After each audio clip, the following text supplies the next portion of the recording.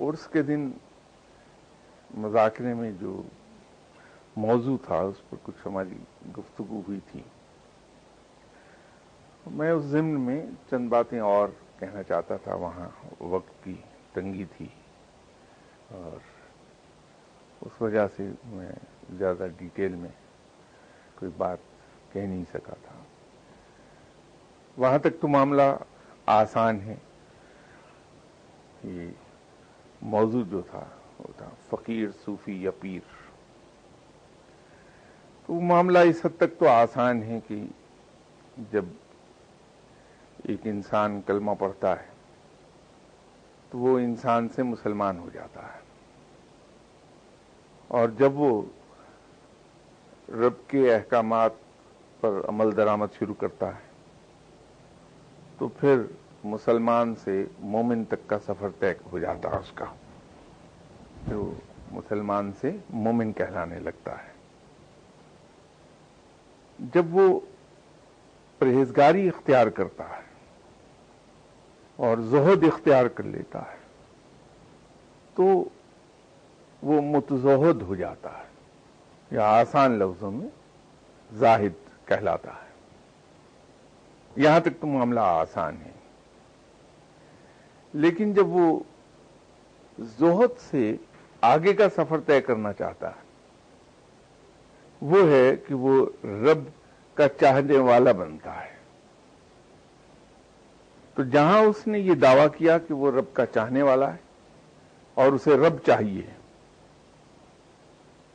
یا یوں دوسرے لفظوں میں یوں کہیے کہ وہ رب کو اپنا محبوب بناتا ہے، تو پھر عشق کے امتحان شروع ہو جاتے ہیں. تو یہ دعویٰ جب وہ کرتا ہے کہ میں رب سے پیار کرتا ہوں، مجھے رب سے عشق ہے، مجھے رب چاہیے، تو یہ وہ مقام ہے جہاں زاہد فقیر بن جاتا ہے، اور یہ فقیری کا سفر اس کا شروع ہوتا ہے. اس سفر میں صحیح مشکلات آتی ہیں.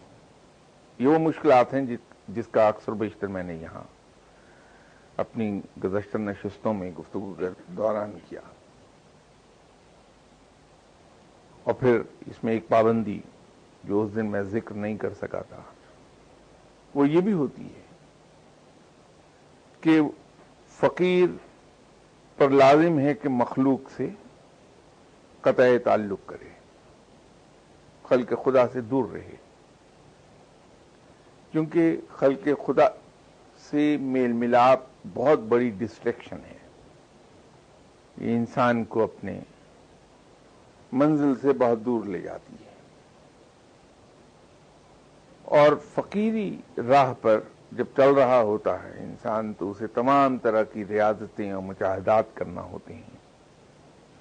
یہاں وہ اپنے نفس کی نفی کرتا ہے. تمام خواہشات جو اس کے دل میں پیدا ہوتی ہیں، نفس جو کچھ چاہتا ہے انسان اس کے برعکس کرتا ہے. اور اس منزل کو، اس سفر کو آسان کرنے میں روزہ ایک بنیادی رول پلے کرتا ہے، اس میں مدد کرتا ہے. کیونکہ پیٹ بھوکا رکھنے سے نفس کی سرکشی ختم ہونے لگتی ہے. اس لیے فقیر لوگ روزے پر بہت زور دیتے ہیں. پیٹ جتنا بھوکا ہوگا نفس اتنا ہی کمزور ہوتا چلا جائے گا، اور پیٹ جتنا زیادہ بھرنے لگتا ہے نفس اتنا سرکش ہونے لگتا ہے. تو اس میں دو ایسی چیزیں ہیں جو میں اس دن بیان نہیں کر سکا تھا وقت کی کمی کی وجہ سے، کہ فقر کا راستہ اگر آپ چاہتے ہیں کہ آسان ہو جائے تو ان دو چیزوں پر عمل کیجئے. ایک تو روزے سے کام لیجئے، پیٹ کو بھوکا پیاسا رکھیے تو نفس آپ کا بہت کم تنگ کرے گا آپ کو. اور دوسرا خلق خدا سے ناطہ توڑ لیجئے. اب یہاں ایک اور سوال یہ پیدا ہو جائے گا کہ جب میں ایک طرف یہ کہتا ہوں کہ ترک دنیا سنت رسول صلی اللہ علیہ وسلم نہیں ہے، فقر میں یا فقیری میں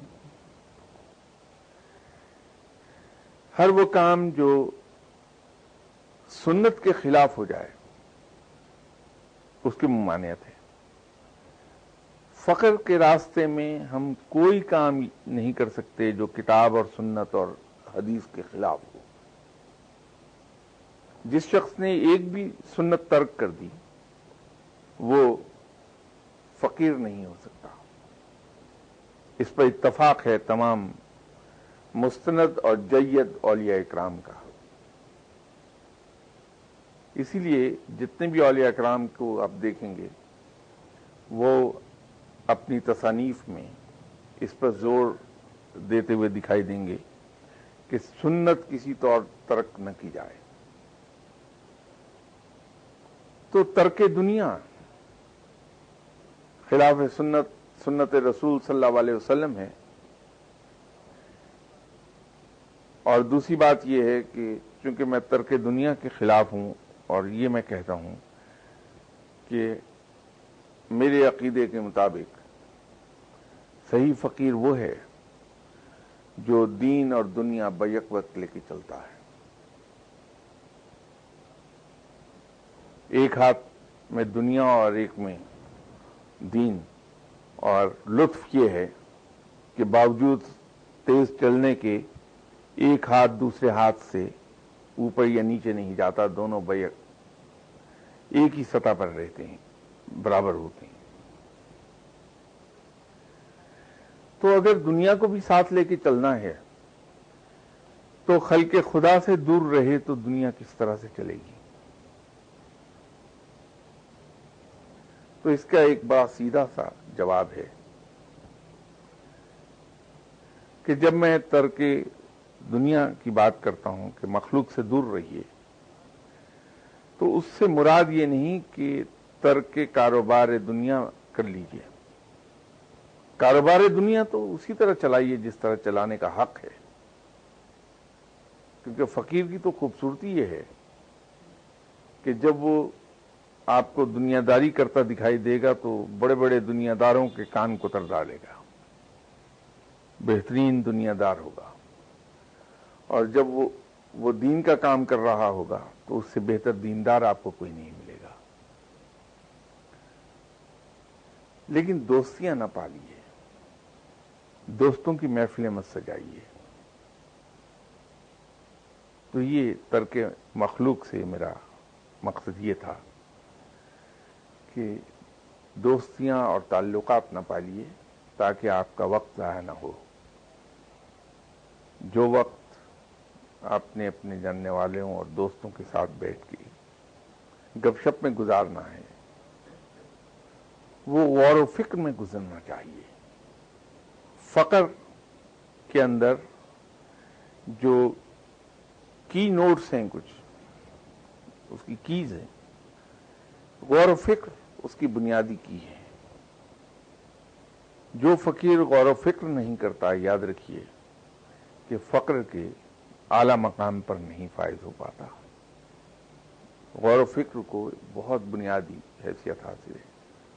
یہ وہ تمام باتیں ہیں جو میں وہاں کہہ نہیں پایا تھا اور نہ کہنا چاہتا تھا۔ تو مخلوق سے دور رہتا ہے فقیر اور روزے پر زور دیتا ہے۔ رب تعالیٰ کی طرف سے جو کچھ عطا ہوتا ہے اس کو نہ صرف صبر و شکر کے ساتھ قبول کرتا ہے بلکہ ہنسی خوشی قبول کرتا ہے، چاہے وہ کوئی مصیبت ہی کیوں نہ ہو۔ تو جب وہ یہ تمام راستہ طے کر لیتا ہے ان مصیبتوں اور ان مجاہدوں اور ان ریاستوں اور ان آزمائشوں کے بعد پھر وہ مقام آتا ہے جہاں رب تعالیٰ کی طرف سے اس کی قلب کی صفائی کر دی جاتی ہے۔ جو ہی اس کے قلب کی صفائی ہوتی ہے تو وہ فقیر سے ترقی پا کر صوفی کے مقام پر فائز ہو جاتا ہے۔ تو تو مختصر الفاظ میں ہم یوں کہہ سکتے ہیں، فقیر وہ ہے جو تالیف قلب کی تلاش میں ہے، راہ سلوک کا مسافر ہے۔ صوفی وہ ہے جس کے قلب کی صفائی ہو چکی اور سلوک کی راہ اس نے اس سنگ میل تک طے کر لی جہاں قلب کی صفائی ہو جاتی ہے۔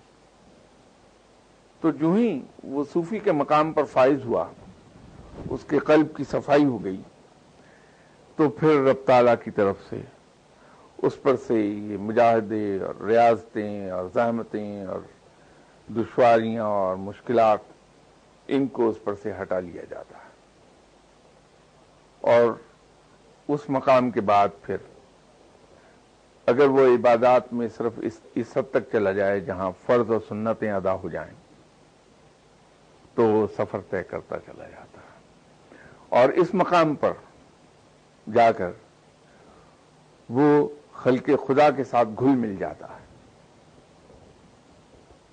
لیکن جب وہ خلق خدا کے ساتھ ایک عام آنکھ کو گھلا ملا دکھائی دیتا ہے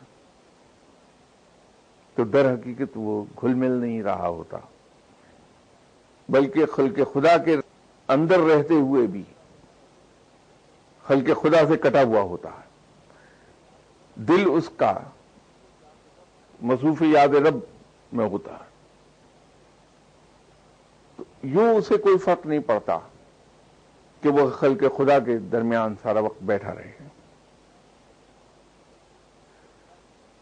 بلکہ خلق خدا کے درمیان بیٹھ کے وہ آپ صلی اللہ علیہ وسلم کے ایک بڑے حکم کی تعمیل کر رہا ہوتا ہے۔ وہ یہ کہ چونکہ نبوت آپ صلی اللہ علیہ وسلم پر ختم ہو گئی، تو اب دین کی تبلیغ اور دین کو اللہ کے بندوں تک پہنچانا علماء کا کام ہے، فقیروں کا کام ہے۔ تو وہ جب خلق خدا کے درمیان بیٹھتا ہے اور وہ رب کو یاد کرتا رہتا ہے، رب کی باتیں کرتا ہے، تو ایک تو اس کی زبان کی تاثیر اور دوسری اس کی اپنی پرسنالٹی کا اثر، یا دوسرے لفظوں میں اس کی جسم سے نکلنے والی ریڈیشن اور وائبریشن، وہ دوسروں پر اثر انداز ہوتی ہے اور نیکی کی راہ دکھانے لگتی ہے، لوگ نیکی کی طرف دوڑ دوڑ کے آنے لگتے ہیں۔ تو یوں وہ اس حکم کی تعمیل کر رہا ہوتا ہے۔ فقیر میں اور صوفی میں ایک یہ بھی فرق ہے۔ ایک اور فرق ہے کہ فقر کی راہ میں انسان لذت دہن سے دور ہوتا ہے، اللہ کی نعمتیں حاصل ہونے کے باوجود اپنے نفس کے خوف سے ان نعمتوں کو استعمال کم سے کم کرتا ہے، لیکن صوفی کے مقام پر آ کر وہ اللہ کی طرف سے عطا ہونے والی تمام نعمتوں کو بے دھڑک استعمال کر رہا ہوتا ہے اور اس کا شکر ادا کرتا ہے۔ ایک یہ فرق ہے۔ تو چونکہ صوفی کا فقر کا راستہ بھی طے ہو رہا ہوتا ہے، اس راستے میں بڑھتا چلا جاتا۔ ایک بات یاد رکھیے کہ جو فقر کا راستہ ہے وہ ایسا راستہ ہے جس پہ انسان چلتا ہی رہتا ہے، کوئی انسان منزل تک نہیں پہنچتا، سب راہی ہیں اس راستے کے، صرف چلتے ہیں۔ ہاں البتہ آپ صلی اللہ علیہ وسلم ایسی ہستی ہیں جو منزل پہ جا پہنچے، صرف آپ صلی اللہ علیہ وسلم ہی وہ بشر ہیں منزل کو جنہوں نے پایا، باقی سب مسافر ہیں۔ تو صوفی بھی اس راہ پہ چل رہا ہوتا ہے اور وہ منزل کے قریب ہو رہا ہوتا ہے۔ تو جو جو رب کی طرف وہ بڑھتا ہے، رب اور اس کو اپنے قریب کرتا چلا جاتا ہے، اور یہ وہ مقام ہے جس پر آ کے صوفی پیر ہو جاتا ہے اور اس مقام پر اسے عقل اور حکمت اور فراست عطا فرمائی جاتی ہے، اور اپنی اس عقل، حکمت اور فراست کے ساتھ وہ خلق خدا کو راستہ دکھانے لگتا ہے، نہ صرف دینی معاملات میں بلکہ دنیاوی معاملات میں ان کی رہنمائی کرتا ہے، تو یوں وہ پیر ہو جاتا ہے۔ اس میں ایک چیز یاد رکھنے کی ہے، میں نے وہاں عرس کے روز ایک ریمارک، ایک بات کہی تھی میں نے کہ فقیر دیتا ہے لوگوں کو، وہ دوسروں کے سامنے دست سوال دراز نہیں کرتا، تو پیر در حقیقت دوسروں کے لیے بڑ کا سایہ دار درخت ہوتا ہے، جس کے نیچے لوگ، خواہ وہ دوست ہوں یا دشمن، اپنے ہوں یا پرائے، سبھی دھوپ سے اس کے نیچے پناہ لیتے ہیں، اس کے سائے میں راحت پاتے ہیں، بارش میں اس کے سائے میں پناہ لیتے ہیں۔ جس طرح سے درخت کو یہ فکر نہیں ہوتی، نہ درخت یہ پرواہ کرتا ہے کہ اس کے نیچے پناہ لینے والوں میں کون سے وہ لوگ ہیں جو اس کی جڑوں پر کلہاڑی چلاتے ہیں، کون لوگ ہیں جو اس کی شاخیں کاٹ رہے ہیں، اور کون لوگ ہیں جو اس کی جڑوں میں پانی دے رہے ہیں اور کھاد ڈال رہے ہیں، سب کے لیے یکساں سایہ فراہم کرتا ہے، یکساں پناہ فراہم کرتا ہے۔ اسی طرح فقیر جب پیر ہو جاتا ہے تو ایک سایہ دار درخت ہو جاتا ہے، جس کے نیچے خلق خدا پناہ لیتی ہے، مسائل سے، مصائب سے، بے سکونی سے، سب کو اس سے ملنے سے سکون بھی ملتا ہے اور مسائل کا حل بھی سجائی دینے لگتا ہے۔ تو در حقیقت پیر وہ فقیر ہے جس سے خلق خدا کو فائدہ ملنے لگتا ہے۔ تو پیر کی بالکل صحیح تعریف یہ بنے گی، وہ فقیر جو پھلدار درخت کی طرح پھل دینے لگے، وہ پیر ہے۔ لیکن انسان سے پیر تک کا سفر بے حد صبر آزما اور دشوار ہے۔ ہم میں سے بہت لوگ شوق میں اس راہ پر چل تو نکلتے ہیں، لیکن ذرا سی تکلیف، ذرا سی آزمائش، ذرا سی مشکل، اس سے بددل ہو کے بھاگنے لگتے ہیں۔ تو ایک ننھے بچے کی طرح وہ پھر لوگوں سے پوچھتے پھرتے ہیں کہ صاحب ابھی کتنی مشکلیں باقی ہیں، ابھی کتنا وقت دشواری کا ہے۔ بالکل اسی طرح جیسے ایک اگر ننھا بچہ ماں باپ کے کہنے سے روزہ رکھ لے تو ہر 15 منٹ کے بعد وہ والدین سے سوال کرنے لگتا ہے کہ صاحب ابھی اور افطار میں کتنا وقت باقی رہ گیا۔ تو لوگ اسی طرح سے پھر پوچھنے لگتے ہیں کہ صاحب ابھی اور کتنی دشواریاں باقی ہیں۔ تو اس کا جواب بہت سمپل ہے کہ دشواریاں جاری رہتی ہیں تب وقت کہ انسان کی چیخیں آسمان تک نہ جانے لگیں، لیکن وہ چیخیں جن کی آواز پیدا نہیں ہوتی، جو صبر کے کہے ہیں، وہ در حقیقت چیخیں ہیں جو آسمان کو چھو لیتی ہیں، تو پھر راستے آسان کر دیے جاتے ہیں۔ اور یہ رب تعالیٰ کے علم میں ہے، چونکہ وہ عالم الغیب ہے، اس نے ہمیں تخلیق کیا ہے کہ کسی شخص کی کتنی برداشت ہے، کہاں تک وہ برداشت کر سکتا ہے۔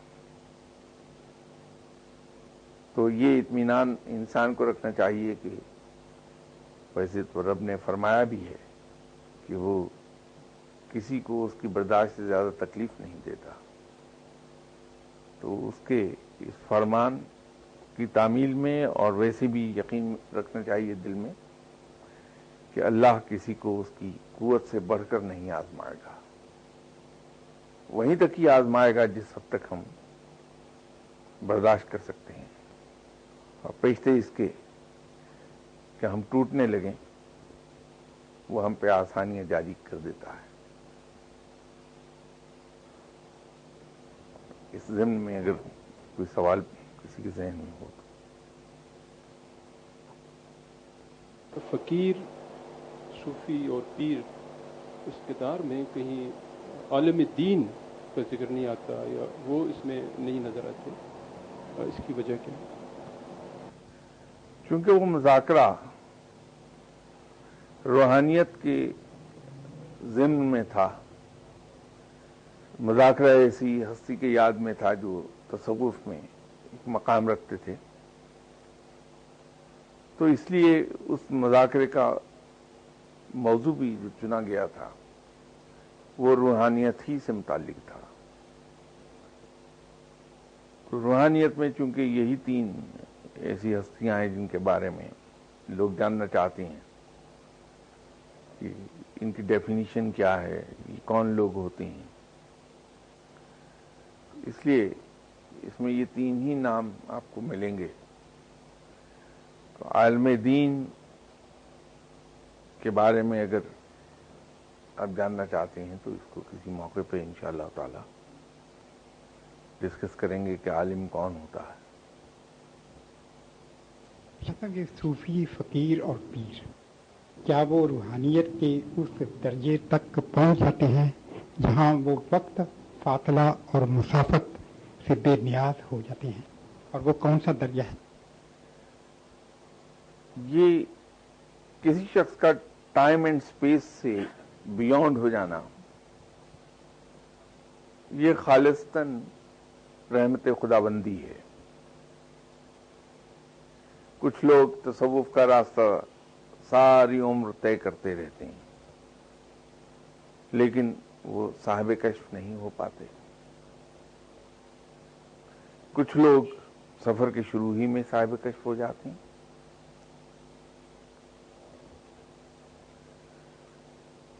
اس کا تعلق کسی کے مقام سے، کسی کی روحانی ترقی سے، کسی کی اس معیار سے نہیں ہے کہ اس کے پاس علم کا کتنا خزانہ ہوگا، تصوف کا کتنا بڑا خزانہ ہوگا تو وہ صاحب کشف ہوگا، صاحب کرامات ہوگا۔ یہ کلیتاً رحمت ہے اللہ تعالیٰ کی کہ جس پر وہ رحمت کر دے۔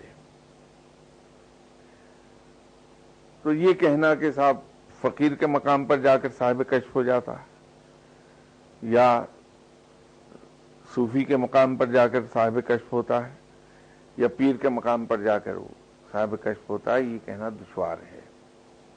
اس کا تعلق خالصتاً رحمت خداوندی سے، وہ کسی وقت بھی کسی پر نازل ہو جائے،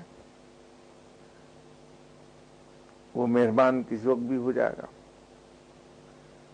بھولے سے بھی کوئی ایسی نیکی ہو جائے گی جو اسے خوش کر دے گی اور وہ اس کے جواب میں انسانوں پر رحمتیں کر دے گا۔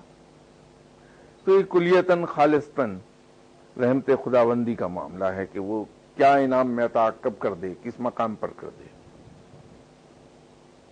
اور اس کے اندر یہ یاد رکھیے، ہم somehow or the other کشف و کرامات سے بہت مروب ہوتے ہیں، بہت جلدی امپریس ہوتے ہیں۔ واقعہ یہ ہے کہ کرامات کو معنی رکھتی نہیں ہے کسی بھی صاحب علم کے لیے، کسی بھی صاحب نظر کے لیے، کسی بھی فقیر کے لیے۔ جب یہ حاصل ہو جاتی ہیں اور کرامات سرزد ہونے لگتی ہیں، کرامات دکھائی نہیں جاتی بلکہ سرزد ہوتی ہیں، یہ یاد رکھیے۔ اور جو آدمی کرامات دکھاتا ہے وہ مناسب نہیں ہے، یہ سرزد ہوتی ہیں۔ تو جب انسان سے کرامات سرزد ہونے لگتی ہیں، رب تعالیٰ ایسی رحمتیں کرتا ہے تو یہی چیزیں جو کل تک اسے بہت بڑی لگ رہی تھیں، اس کے نزدیک ایک مداری کی شعبہ بازی سے زیادہ کوئی ویلیو نہیں رکھتی. ان کی اہمیت اتنی آنکھوں سے گر جاتی ہے کہ انسان ان کو اتنا ہی حقیر جاننے لگتا ہے جیسے کسی شعبہ باز کی کارگری. اسی طرح کشف ٹھیک ہے، اللہ کی رحمت ہے، اللہ تعالیٰ کی عنایت ہے، اس کو ہم کمتر تو نہیں جان سکتے، لیکن یہ ضرور ہے کہ کشف ملنے کے کچھ ہی دیر کے بعد، چونکہ کشف کے اندر بڑی بڑی ہستیوں سے ملاقاتیں ہونے لگتی ہیں، تو انسان کا ذہنی معیار اوپر اٹھتا چلا جاتا.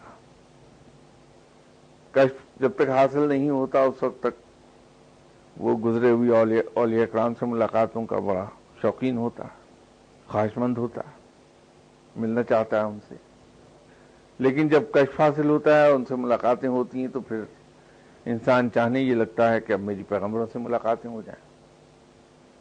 تو اگر اللہ نے وہ رحمت فرما دی انسان پر اور اس کی ملاقاتیں عالم کشف میں پیغمبروں سے ہونے لگیں، تو پھر ایک وقت وہ بھی آتا ہے کہ وہ خواہش مند ہو جاتا ہے آپ صلی اللہ علیہ وسلم کی زیارت کا اور پھر اللہ کی زیارت کا. تو ذہنی معیار اوپر چلا جاتا ہے اس کا، تو وہ پھر انہیں حقیر جاننے لگتا ہے ان چیزوں کو. وہ صرف ایک ہی چیز میں پھر تڑپتا ہے کہ مجھے رب کا دیدار ہو جائے. وہ اپنے دوست کے دیدار کے لیے تڑپنے لگتا ہے.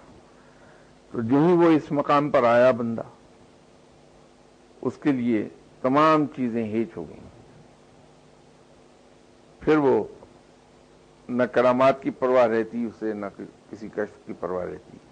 وہ صرف اسی ایک سوچ میں رہتا ہے کہ میری ملاقات میرے یار سے کب ہوگی. مدارج ہیں، یہ صرف زندگی میں ہی حاصل ہو سکتے ہیں یا اس دنیا سے کوچ کرنے کے بعد بھی وہ مدارج کا سلسلہ روحانیت کا جاری رہتا ہے؟ ظاہری اعمال، دنیاوی اعمال، تو جیسا آپ جانتے ہیں کہ اس کا سلسلہ تو منقطع ہو گیا جو ہی انسان کا انتقال ہوا. تو پھر انسان مرنے کے بعد کوئی بھی اپنے نامہ اعمال میں اضافہ کرنے کے قابل نہیں رہتا. ہاں البتہ دوسرے لوگ اگر نیکیاں کر کے اس کا ثواب اس کی روح کو پہنچا دیں تو ان نیکیوں کا اضافہ اس کے نامہ اعمال میں ہوتا رہتا. جو پیچھے کام کرایا انسان، علم سکھایا، قرآن پڑھنا سکھایا، کنواں کھدوایا، جو صدقہ جاریاں ہیں وہ کرایا، تو جب تک وہ سلسلہ جاری رہتا تو ثواب ان کو ملتا رہتا. یوں ان کے درجات میں اضافہ ہوتا چلا جاتا، تو ان کی ترقی دن بدن اور اوپر ہوتی جاتی.